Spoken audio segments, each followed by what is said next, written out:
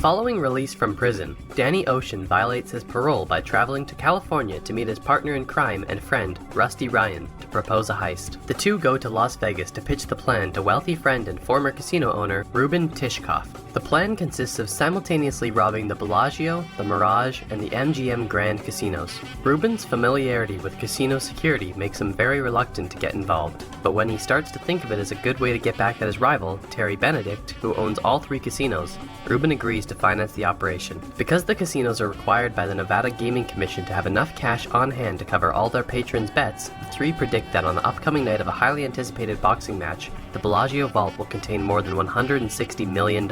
Danny and Rusty recruit 8 former colleagues and criminal specialists: Linus Caldwell, a young and talented pickpocket; Frank Catton, a casino worker and con man; Virgil and Turk Malloy, a pair of gifted mechanics; Livingston Dell, an electronics and surveillance expert; Basher Tar, an explosives expert; Saul Bloom, an elderly con man; and the amazing Yen, an accomplished acrobat. Several of the team members carry out reconnaissance at the Bellagio to learn as much as possible about the security, the routines, and behaviors of the casino staff, and the building itself. Others create a precise replica of the vault with which to practice maneuvering through its formidable security systems. During this planning phase, the team discovers that Danny's ex-wife, Tess, is Benedict's girlfriend. Rusty urges Danny to give up on the plan, believing Danny incapable of sound judgment while Tess is involved, but Danny refuses. On the night of the fight, the plan is put into motion. Danny shows up at the Bellagio purposely to be seen by Benedict, who as predicted locks him in a storeroom with Bruiser, a bouncer.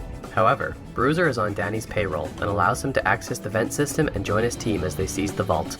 Rusty calls Benedict on a cell phone Danny dropped in Tess's coat earlier and tells him that unless he lets him have half of the money in the vault, they will blow it up. Benedict sees video footage confirming Rusty's claim. Benedict complies, having his bodyguards take the loaded duffel bags to a waiting van driven by remote control. Benedict has his men follow the van while he calls in a SWAT team to try to secure the vault. The SWAT team's arrival causes a shootout that sets off the explosives and incinerates the remaining cash. After affirming the premise is otherwise secure, the SWAT team collects their gear and departs. As Benedict heads to examine the ruined vault himself, his men stop the van and find the bags were only loaded with flyers for prostitutes. Benedict studies the video footage and recognizes that the flooring in the vault on the video lacks the Bellagio logo, which had been added only recently to the vault. It is shown that Danny's team used their practice vault to create fake footage to fool Benedict. Furthermore, they themselves were the SWAT team, and used their gear bags to take all the money from the vault right under Benedict's nose. Benedict goes to see that Danny has seemingly been locked up in the storeroom throughout the heist, and thus innocent of any crime.